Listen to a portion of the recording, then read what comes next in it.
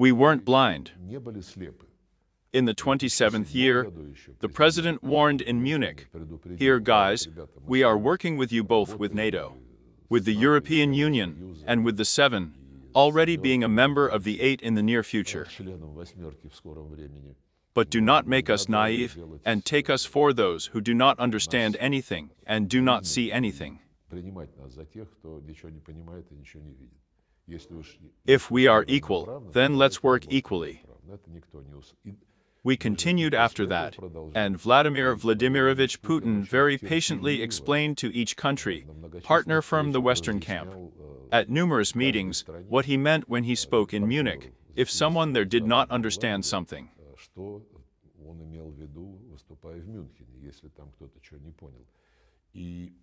Until the very last moment. We also gave them a chance not to bring matters to a heated conflict when in December of the 21st year. We said, "You are blurting out the Minsk agreements, creating threats to our security.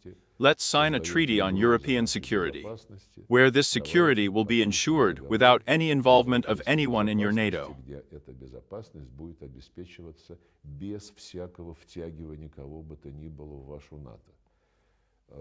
We were ignored.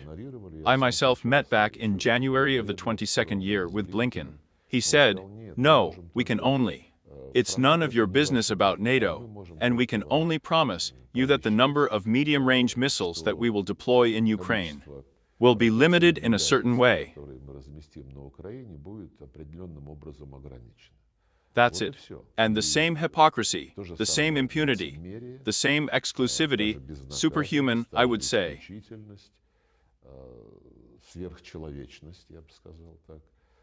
And that's what it all led to.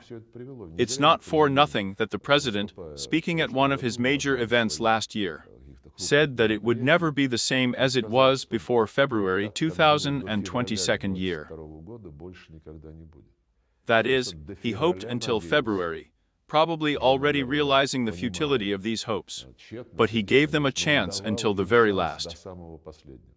But sit down at the table, let's agree on security, including the security of Ukraine, but in such a way that measures to ensure this security do not undermine our security. It was all being solved.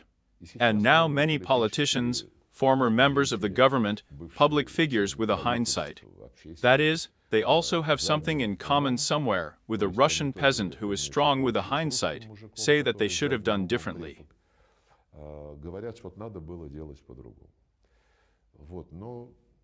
It turned out as it turned out. Now our goals are clear, our tasks are defined, as they used to say back in the Soviet Union. Speaking of the 22nd year, you had long negotiations with Blinken. Indeed, everyone remembers this. And here you are for yourself. Let's say, how when you realized at what stage that it would not be possible to agree, how the decision was made that it was time to start a special military operation. Has another month passed between your negotiations with Blinken? But probably about a month. You know, I hoped that reason, common sense, and pride would prevail after all.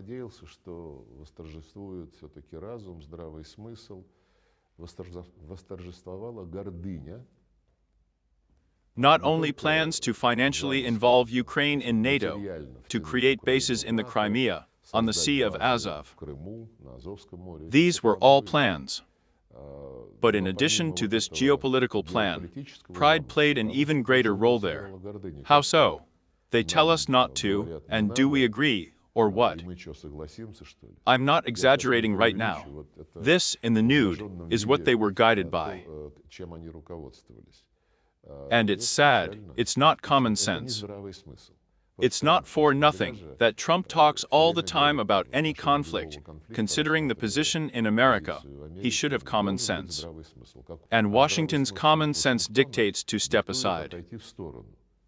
Our president said that the ball is on their side, and for many, after all, or was a big surprise.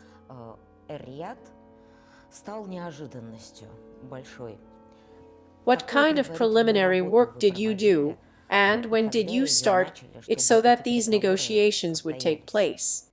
There was no preliminary work. The presidents called on Trump's initiative.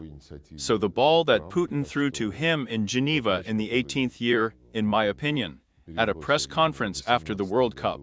And here is the ball that was the official FIFA sword, threw at a press conference. Trump caught it, he twisted it, threw it to a member of his delegation who were sitting in front of them.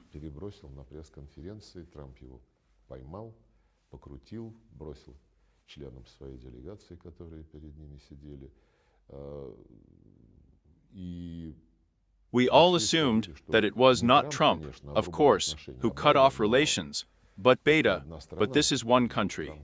And Trump was well aware of this and called himself. Before that he sent his close advisor here for a conversation. Literally on the eve of a very detailed one. And then during a telephone conversation, we agreed to meet in Istanbul at his suggestion. We flew there, in my opinion, 3 days after the phone conversation, so there was no preparation. I mean two-sided. Of course, each team was preparing, and we had a normal conversation in the Foreign Ministry. They had a normal conversation in the State Department of two completely normal delegations. And it's amazing that this normality was perceived as a sensation, which means that our Western partners during the Biden cadence managed to bring world public opinion to such a state that it perceives a normal conversation as something out of the ordinary.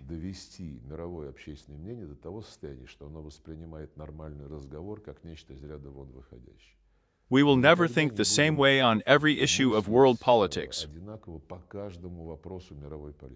And we recognized this in Riyadh, and the Americans recognized it. They themselves, in fact, said it. But where we see a coincidence of interests, common sense suggests that it is foolish not to use the coincidence of interests in order to translate this coincidence into some practical matters and get a mutually beneficial result. And where interests do not coincide. Mark Rubio said that too. Where interests do not coincide, it is the responsibility of the responsible powers to prevent this non-coincidence from degenerating into confrontation. This is absolutely our position. It is also the format in which relations between the United States and China are being built. They have a huge number of disagreements. The Americans announce a lot of sanctions against China in order to suppress a competitor, not so much as against us. But also the Americans, the Europeans too. Electric cars, 100% duties. Just unscrupulous competition. But I'm going back to the relationship model. Despite all these disagreements, despite the fact that periodically the top leaders of the United States, China, and ministers accuse the other side of some illegal actions, but above all in the economic sphere.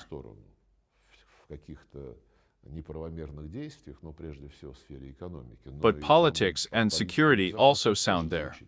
Read how Chinese ministers talk about the plans of the West in the Taiwan Strait or in the South China Sea. This is a very sharp counteraction, and I understand the Chinese comrades when the West says, we all adhere to the one China policy, which means that China is one, and Taiwan, part of it. But having said that they are for the one China policy, they all say, but the status quo cannot be touched. And what is the status quo? It is an independent Taiwan.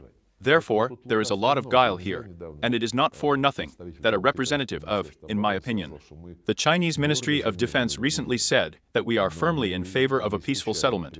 But we do not exclude the use of military force if we are led by the nose. Something like this. But with all this, the dialogue between Beijing and Washington has never been interrupted. And exactly such a model, I believe, should be in relations between any two states, especially between Russia and the United States, which can again find overlapping interests and do a lot of mutually beneficial things, and, on the other hand, they are obliged not to lead to war in case of a discrepancy of interests.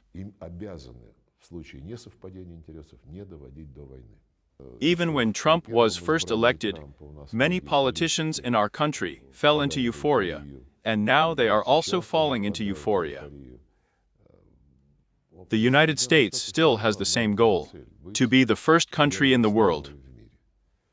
It's just that Biden, under Obama, in general under the Democrats, they tried to do this, subjugating everything and everyone, paying for this support, as they pay for NATO, as they paid for Japan and South Korea, creating outposts with NATO participation, with nuclear components.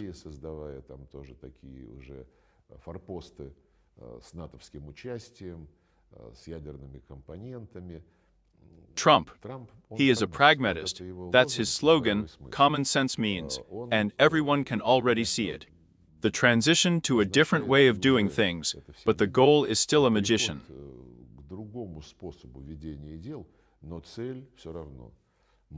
Make America great and gain. Now she has a new cap. Everything that Trump promised has been done. You see, this gives such a lively character, the human character of politics. That's why it's interesting with him. His team, and Mark Rubio, and National Security Advisor Mike Waltz, are absolutely sane people in every sense of the word. They talk based on the fact that they do not command us, and we command them.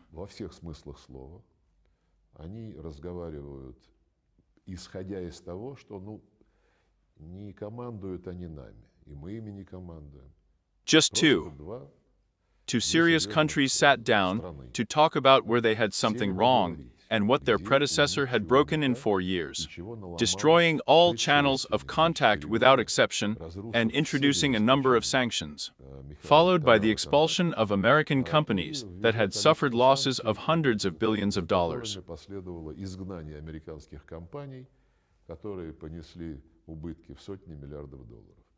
But this has been going on, apparently, for quite a long time, not to say the whole post-war history, because if you look again, at the time of your work at the UN, when you were in a constructive dialogue, signed joint documents with the American side, and they violated these agreements, and what was literally stated in a matter of months, as it was with Kosovo, as it was with Iraq, with the same thing. Буквально там считанные месяцы, как это было с Косово, как это было с Ираком, с тем же самым. There, a month before Poland's speech, there was your joint document with the US representative on the need to settle the dialogue and so on. How did you react to such things? You know, this has already become habitual, and you are absolutely right. This attempt to cheat everyone continues, to present its position as the only true one, and not even Poland's joke, and we also worked very closely with him.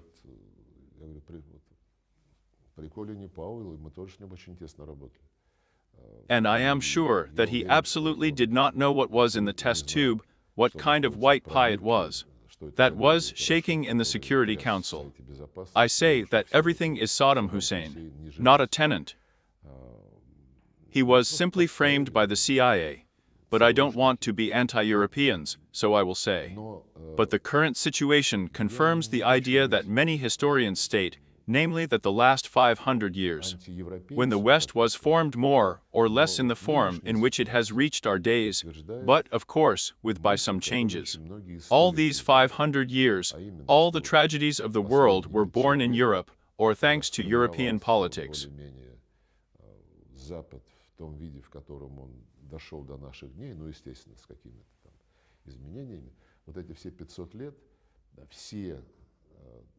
Трагедии мира зарождались в Европе или благодаря европейской политике. Colonization, wars, Crusaders, Crimean War, Napoleon, World War I, Hitler. Крымская война, Наполеон, Первая мировая, Гитлер.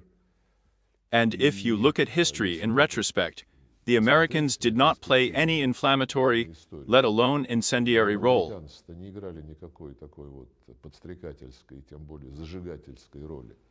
And now, after this Biden term, people have come who want common sense leadership, they say. We want to finish today. We want peace. And who now demands the continuation of the banquet in the form of war. Europe. The Danish Prime Minister said, "You have seen, for Ukraine, now the world is worse than war." Starmer, who went after Macron to persuade Trump that it was not necessary to end this story so quickly, and at the same time boasted that this year Britain was making its largest contribution in the form of weapons to Ukraine. That is, you contradict Trump and say, and we will pump up. Macron is running around with some, and Starmer too. Now we are talking about peacekeepers. We are training so many thousands. We will provide air cover for these peacekeepers. But this is also arrogance because, first of all, no one asks us, but Trump understands everything. Trump said it's too early to say when there will be a settlement. You can discuss this issue, but you will need the consent of the parties. He behaves correctly. And these guys, just like this plan of peacekeepers in Ukraine, this is a continuation of the Kiev regime's instigation to go to war against us, just as they trampled on the Minsk agreements, which their co-authors admitted quite recently, our Western neighbor was not going to fulfill.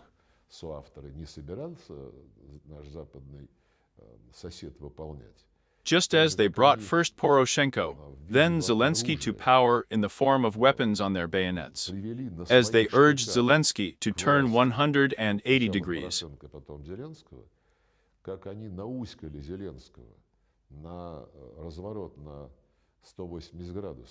Although, maybe Annalena Baerbock would have regarded it as 360, no, but he turned around 180.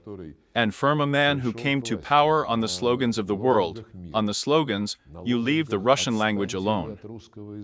This is our common language, our common culture, it's all there on the internet. In 6 months, he turned into a pure Nazi. And, as our president correctly said, a traitor to the Jewish people. Just as now, as they have brought him to power with bayonets and are pushing him forward, they now also want to prop him up with their bayonets in the form of peacekeeping units. But it will mean that the root causes will not disappear anywhere. Because when we ask these thinkers, but how, what will happen to this part, that you will take control of hypothetically?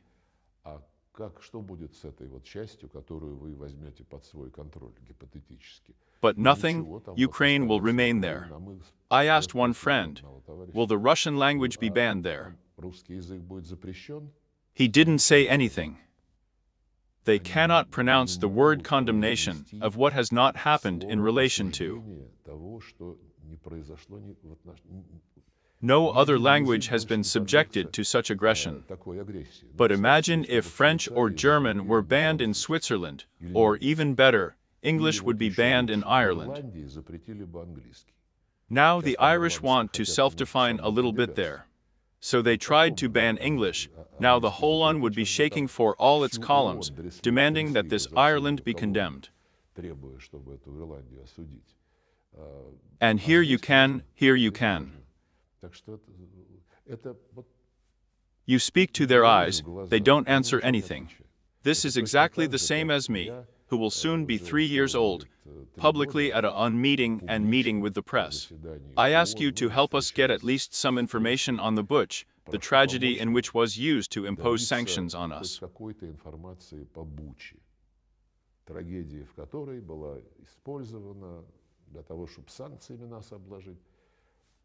I say, well, guys, these scenes were shown by the BBC 2 days after there was no longer any of our military.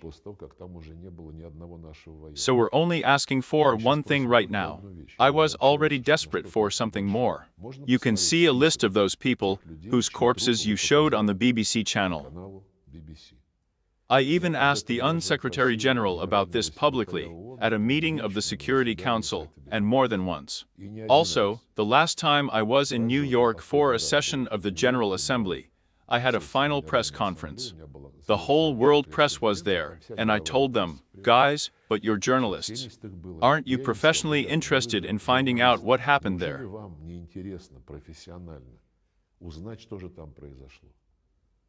We have requested from the UN Office for Human Rights, they have missions in Ukraine within this office, which were created by consensus, and did not consult with anyone, officially requested information about the names of those people who were already shown dead.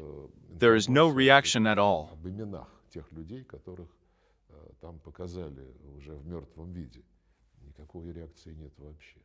And the journalists, I shamed them. Even then it was 2.5 years after this tragedy, when this mess was shown on the screens of the BBC and in social networks. But it was a news explosion. 3 days, and it's all gone. I'm telling you that they said that it should be quieter. I know half of them well, they have been working there for a long time. Can't journalists send a journalistic request to the same Ukrainians? Nobody does anything. The command passed. In 1970s, we came to the conclusion, adopted a detailed declaration on all the principles of the Charter, how they are interconnected with each other, and in terms of territorial integrity and the right of a nation to self-determination. We wrote down by consensus at the highest level, unanimously, that everyone should respect the territorial integrity of those states that respect the principle of the right of a nation to self-determination. And by virtue of this have governments representing the entire population living in a given territory.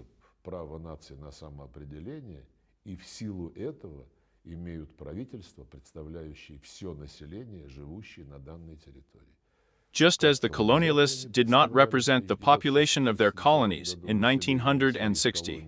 And therefore this principle prevailed, so in Ukraine, as a matter of fact.